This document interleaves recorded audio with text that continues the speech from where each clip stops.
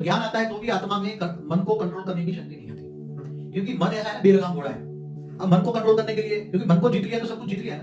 मन जीता जगत जीता। क्योंकि आत्मा ने मन द्वारा ही सर्जन किया ना। आत्मा ने जो भी रचना की है, जो भी उसकी दुनिया है, जो भी आत्माओं की दुनिया है, आत्मा की दुनिया, जो भी आत्मा जो सोचता है उसके हिसाब से उसके संसार बनता है। क्या माया भी मन ने बनाई है? देखो एक बात बताओ, माया तो बहुत आसानी आत्माओं ने इकट्ठे होकर नेगेटिव सोच से, नेगेटिव तत्व बनाती है। क्या माया माना 5 तत्व, माया माना 5 तत्व, झूठी काया, झूठी माया, झूठा जगत संसार बोलते हैं माया। ये जगत मिथ्या है, माया है। मतलब ये हुआ कि अगर हम अपने मन को कंट्रोल कर ले तो माया भी कंट्रोल में आ जाएगी। हाँ, तो माया तो कहाँ है? माया तो ब्रह्मापुरी तक है। तो ब्रह्मापुरी से आज तक इस पूरा ब्रह्मांड किसने बनाया? ब्रह्मा के संकल्प से बनाना। मैं उसकी बात नहीं कर रहा, मैं अपनी बात कर रहा हूँ कि हमारे मन में माया क्यों इफेक्ट कर रही है। वो तो ब्रह्मा जी का प्रॉब्लम है जो उन्होंने बनाया। हम यहाँ पे मनुष्य की बात कर रहे हैं कि हम क्यों अपने मन को माया से नहीं बचा पा रहे।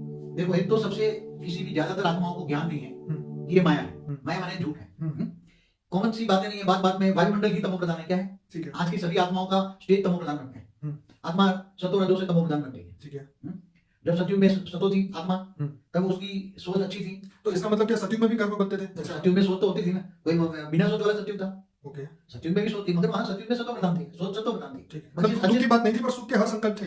लोगों को हेल्प करने की बातें थी, अच्छा काम था, अच्छा संकल्प करते थे। ठीक है। जब तो त्रेता युग आया तो रजो बनी। ठीक है।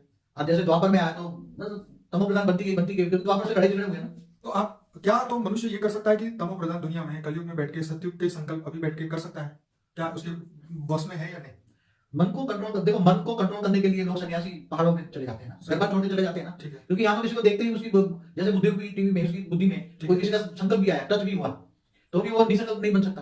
तो ये तो अभी होगा ना, इस दुनिया में लोगों के चेहरे भी देखने पड़ेंगे, मिलना भी पड़ेगा, सब कुछ करना पड़ेगा। अब ऐसे ही अगर छोड़ के जाना है तो फिर तो ज्ञान का फायदा क्या होगा? मगर जो ज्ञानी पुरुष है, जो गीता में ज्ञान होता है, कर्म योगी बनकर जो दिखाता है, भीड़ में अकेला रहना ही तो सबसे बड़ा परिश्रम है।